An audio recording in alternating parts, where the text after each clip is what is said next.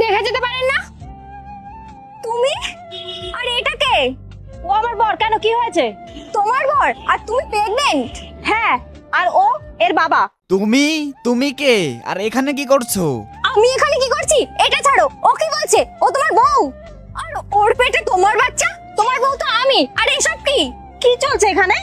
আর ও কি বলছে ও তোমার বউ? তোমার বউ তো আমি।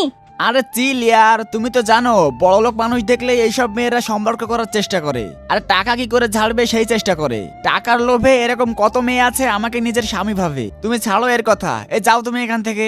চলো চলো এখান থেকে। এটা তো শোনো। ম্যাডাম, কোথাও ছেড়ে দেবো নাকি? কোথায় যাবেন ম্যাডাম আপনি? যেখানে ইচ্ছা সেখানে নিয়ে চলো। মনে হয় আপনার স্বামী আপনাকে ধোকা দিয়েছে। তুমি কি করে জানলে? ওই আপনার স্বামীর সাথে যে মেয়েটা আছে না, সেটা আমার বউ। ও টাকার জন্য আমাকে ছেড়ে চলে গেছে। ওই মেয়েটা তোমার বউ? তাহলে তুমি ওকে আটকাচ্ছ না কেন? ও তো প্রেগন্যান্ট।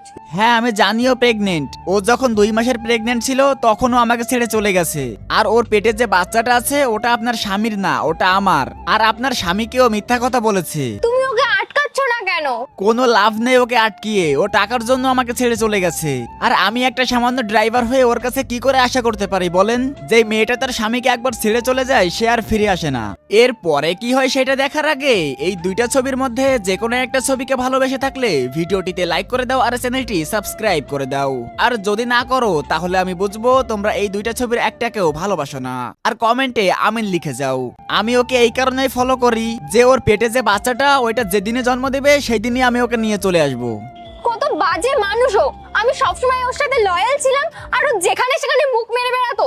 শোনো, তুমি আমার পার্টনার হবে, কারণ আমাদের দুজনের সিচুয়েশন একই রকম। আর আমরা নতুন করে জীবন শুরু করব।